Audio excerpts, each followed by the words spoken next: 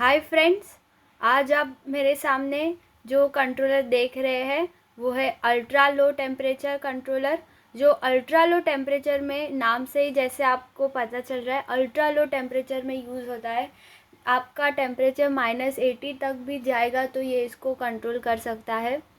तो बेसिकली ये temperature controller के बारे में मैं आपको कनेक्शन डायग्राम और पैरामीटर सेटिंग के बारे में बता देती हूँ। अल्ट्रा लो ULT99 का ये मॉडल है आइथम में। इसमें आप देखोगे तो 1, 2 और 3 टर्मिनल कास्केड के इनपुट के लिए दिया गया है। तो आपका RTD सेंसर आप 1, 2, 3 टर्मिनल में कनेक्ट करें। फिर 4, 5, 6 टर्मिनल में आप कैबिनेट का RTD सेंसर कनेक्ट करें। फिर 10 और 11 टर्मिनल में आप लाइव और न्यूट्रल का कनेक्शन दें। 13 और 14 में SSR का आप कनेक्शन दे सकते हैं। कास्केड का SSR का आउटपुट आप 13 और 14 टर्मिनल में दीजिए। फिर 15 और 16 टर्मिनल में आप कैबिनेट के SSR का आउटपुट कनेक्ट कर सकते हैं। 17 और 18 टर्मिनल में आप अलार्म का आउटपुट पॉजिटिव और नेगेटिव कनेक्ट कर सकते हैं। 19 और 20 में आप RS485 का कनेक्शन दे सकते हैं। RS485 का कनेक्शन आपको कम्युनिकेशन के लिए यूज़फुल है, जो आप आगे PLC HMI को दे सकते हैं ताकि आपको आपका डेटा मिल सके और आप इसमें एक्सटेंशन कनेक्शन दे सकते हैं।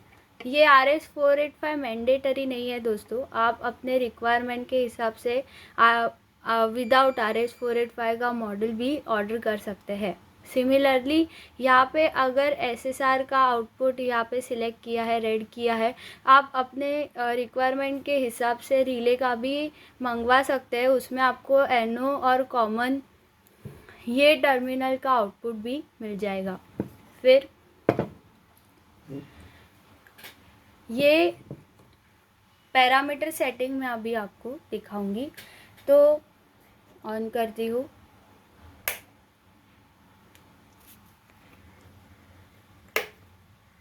तो इसको मैंने ऑन किया है। अभी आप देखोगे तो आपको एक एरर मैसेज दिखेगा जो कि है ओपन। यहाँ पे सेंसर कनेक्ट नहीं किया है, इसके लिए फ्रेंड्स यहाँ पे ओपन दिख रहा है। फिर अगर हम इसके पैरामीटर सेटिंग्स में आगे बढ़ेंगे तो आपको SPL ये सेट पॉइंट कैबिनेट का सेट करने के लिए आपको ऑप्शन देगा जो कि -80 है।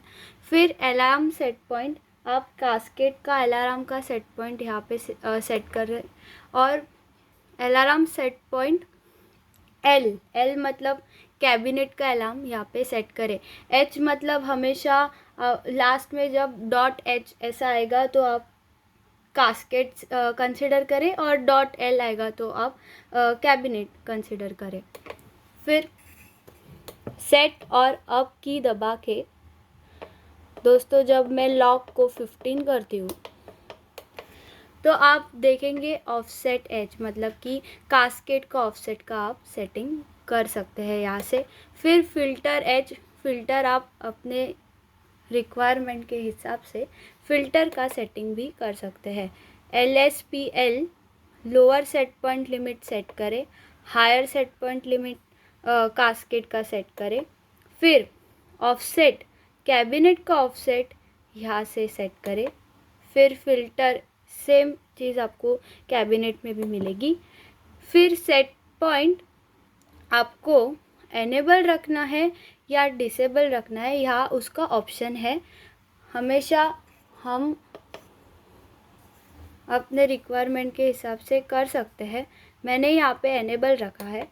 फिर सेट पॉइंट आप कास्केड का लोअर सेट पॉइंट लिमिट और हायर सेट पॉइंट लिमिट का सेटिंग यहाँ से कर सकते हैं। अप और डाउन की से आप अपना लिमिट का सेटिंग यहाँ से करें। फिर आपको सेट पॉइंट का ऑफसेट का सेटिंग आप यहाँ से कर सकते हैं। ये सेट पॉइंट ऑफसेट का फंक्शन है। उसके बाद आप आगे बढ़ेंगे तो कास्केड अलार्म टाइप, मतलब यहाँ पे अलार्म का कास्केड का आप सेटिंग कर सकते हैं कि आपको लो में अलार्म चाहिए, हाई में अलार्म चाहिए, लो में अलार्म चाहिए, हाई में अलार्म चाहिए, या फिर आपको एक बैंड के स्वरूप में अलार्म चाहिए। तो आप अपने हिसाब से सेटिंग यहाँ पर दे सकते हैं। फिर यहाँ पे लॉजिक आपका कैसा होना चाहिए अलार्म का, तो डायरेक्ट ही रखें। फिर यहाँ पे कास्केड अलार्म इनहिबिट का फंक्शन आपको येस रखना है या नो रखना है, आपके हिसाब से आप रख सकते हैं। फिर यहाँ पे दूसरा आ गया कास्केड अलार्म एक्नॉलेजमेंट। एक्नॉलेजमेंट को आप ऑटो, मैनुअल या बोथ रख सकते हैं। आपको एक्नॉलेज अलार्म एक्नॉलेज का मोड क्या रखना है, ऑटो में रखना है, मैनुअल में रखना है, उसके हिसाब से आप यहाँ पे मोड सिलेक्ट कर सकते हैं। फिर ATYL मतलब कि कैबिनेट अलार्म टाइप। अभी कैबिनेट के अलार्म में भी हमको सिमिलर ऑप्शंस देखने मिलेंगे, हाई लो, हाई लो और बैंड अलार्म्स। फिर AL GL मतलब कैबिनेट के अलार्म का लॉजिक डायरेक्ट रिवर्स, इसको डायरेक्ट ही रखें। फिर अलार्म इनहिबिट कंडीशन आप अपने हिसाब से येस और नो सिलेक्ट कर सकते हैं। फिर ये हो गया कैबिनेट अलार्म एक्नॉलेजमेंट। सेम इसमें भी ऑटो, मैनुअल मोड या फिर बोथ सिलेक्ट कर सकते हैं। आपको अपने अलार्म का सेटिंग ऑटोमेटिकली बंद होना चाहिए, मैनुअल मोड में बंद होना चाहिए, या फिर दोनों ही आपको चाहिए। फिर ASPH alarm set point for, आपको alarm set point for cascade, उसको आपको एनेबल रखना है या डिसेबल रखना है। आप एनेबल ही रखें। आप आगे alarm set point low, L alarm set point for L मतलब कि कैबिनेट, आपको कैबिनेट का अलार्म एनेबल रखना है, डिसेबल रखना है, इसको भी आप एनेबल ही रखें क्योंकि अलार्म की रिक्वायरमेंट हमको हमेशा ही रहती है। फिर आगे देखेंगे तो लोअर डिस्प्ले मैसेज आपको किस फॉर्म में चाहिए, टॉगलिंग में आपको लोअर का ये जो लोअर डिस्प्ले उसमें आपको टॉगल चाहिए, सेट पॉइंट दिखना चाहिए, या फिर इनपुट का सेटिंग दिखना चाहिए। तो आप अपने हिसाब से यहाँ पे सेट कर सकते हैं। मैं यहाँ पे सेट पॉइंट सिलेक्ट करती हूँ। फिर यहाँ पे आपका पासवर्ड का है, मतलब आपको अनलॉक आपको करते वक्त आपको क्या रखना है, 15 रखना है। आप यहाँ से अप और डाउन की से चेंज भी कर सकते हैं और अनलॉक का पैरामीटर सेट कर सकते हैं। अभी हम एक पैरामीटर सेटिंग से बाहर आ गए, दूसरा पैरामीटर सेटिंग में जाते हैं। अप और डाउन की प्रेस करके रखें, फिर 15 लॉक करें। यहाँ पे मैंने 15 लॉक लिख लिया है। आगे जाते हैं तो कास्केड डिले टाइम। अभी आपको ये कंप्रेसर कितने सेकेंड्स बाद चालू करना है, तो उसका एक पर्टिकुलर डिले टाइम दिया हुआ है, तो आप इसको कम भी कर सकते हैं। वो तो कुछ डिले के बाद कंप्रेसर ऑन होगा। फिर हिस्टेरिसिस आप सेट कर सकते हैं, कास्केड का हिस्टेरिसिस आपको कितना रखना है।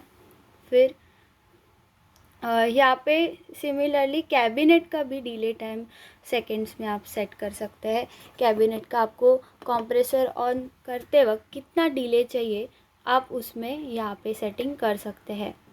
फिर आपको हिस्टेरिसिस लो L दिख रहा होगा, L का मतलब है कैबिनेट का हिस्टेरिसिस। फिर ये हिस्टेरिसिस का आपका हो गया।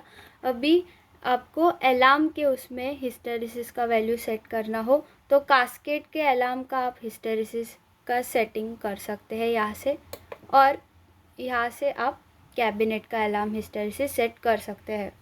तो दोस्तों अब हम पैरामीटर सेटिंग में से बाहर आ गए हैं।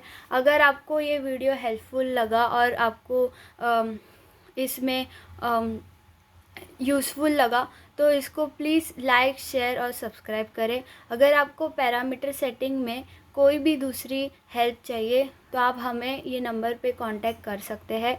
और आप अगर ये प्रोडक्ट को ख़रीदना चाहते हो तो नीचे दिए गए लिंक से आप ख़रीद भी सकते हैं। Thank you.